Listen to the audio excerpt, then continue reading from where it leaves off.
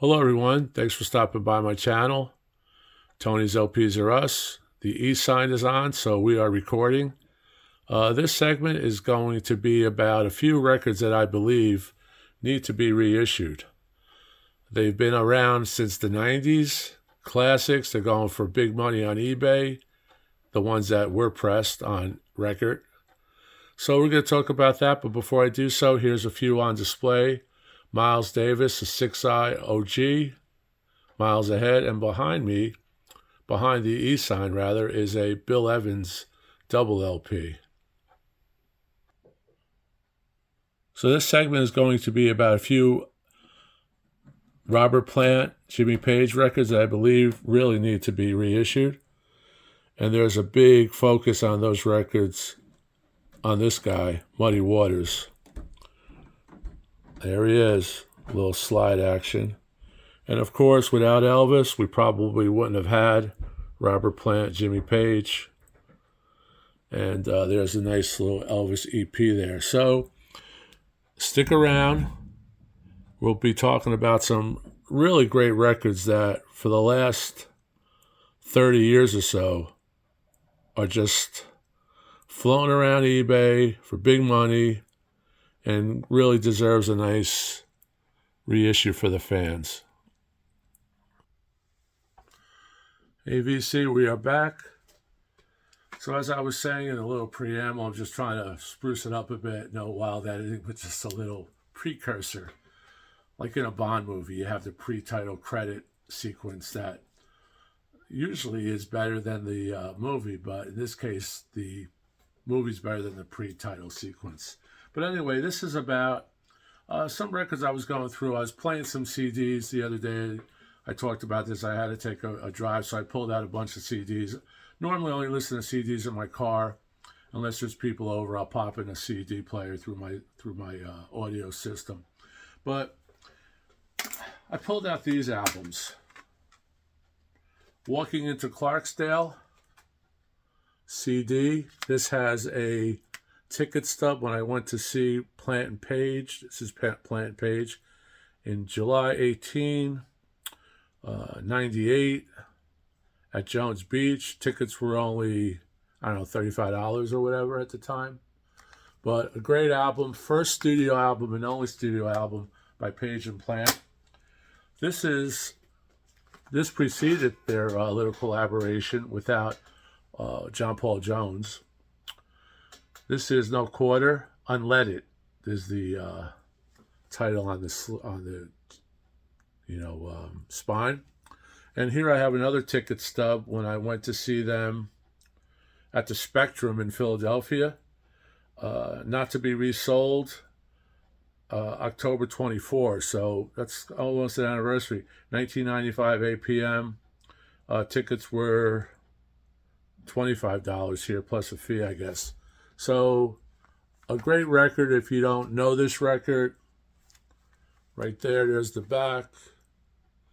It has a booklet. Here's the original inner. Now, of course, we also have the Honey Drippers, which they collaborated on. This is Honey Drippers Volume 1. There was no Volume 2. This is an EP. This sounds fantastic. It's mostly rockabilly. I believe Jeff Beck is also on this record. And a great saxophone there. So, I Get a Thrill, Sea of Love, I Got a Woman, Rocket at Midnight. Produced by the fabulous Brill Brothers.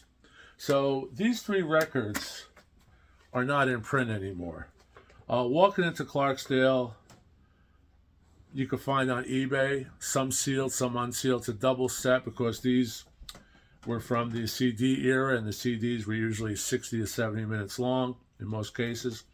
That record averages about $300 a record for a double CD, a double LP.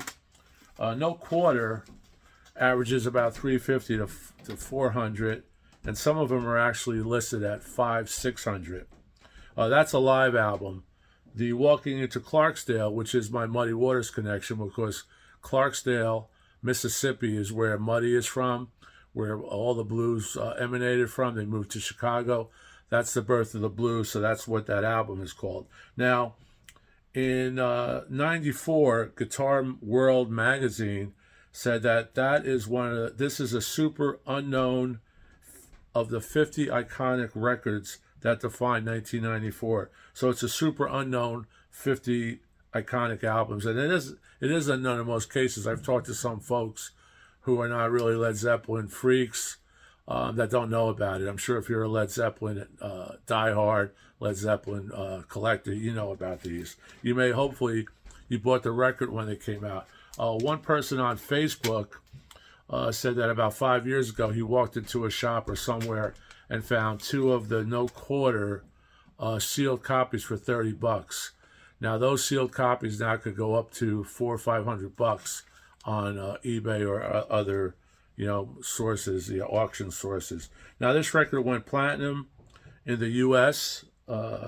This one, Walking into No Quarter, gold in the U.K., platinum in Canada for my friends in Canada. This was also released as a DVD. This is all live. There's a live DVD that's pretty cool. And this was released on October 31st, 94. So, but this is a great record. It's so bluesy, Zeppelin. It's mystical. It has a lot of the Moroccan style, similar to what they were into with Zeppelin. Walking into Clarksdale is a studio, blues, jamming, just incredible. This record sold pretty well as well. If I could check my numbers here. Walking into Clarksdale, Atlantic Records, which I'm going to get to who should be thinking about reissuing these albums. Atlantic Records released April 20th, 1998. Billboard 8 in the U.S., Billboard 3 in the U.K., and of course, like I indicated, Birth of the Blues, Walking into Clarksdale. Plant and Page were around touring for a few years. They disbanded after a concert that was done in 12/10/98. They had a 99 tour plan, but that was canceled when the partnership basically broke up. So that's a nice Atlantic disc. There's the booklet. And of course, the Honey Drippers is a generic, CD. And where is my No Quarter? And No Quarter is a custom cover. And there you see, if you want to look at that, if you could see this, just want to cover that sticker to protect the innocent.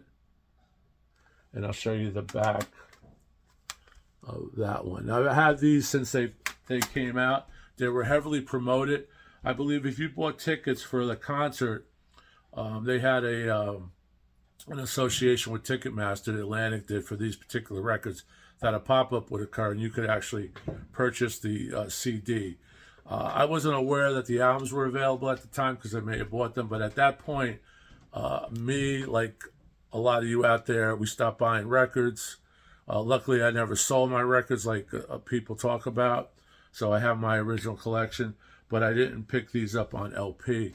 Those who did are very fortunate because they're going for big bucks. So that's why I thought this would be a great box set, 3 of these, because the Honey Drippers is inexpensive. It's an EP. You could probably pick up a near mint copy on eBay for $20 shipped. That's a bargain because it's a great sounding record, great mastering record. Because don't forget, there's a lot of wax for 4 or 5 songs, and unfortunately, there was never a volume 2 or a volume 3, kind of like the Wilburys, right? So this would make a great triple set.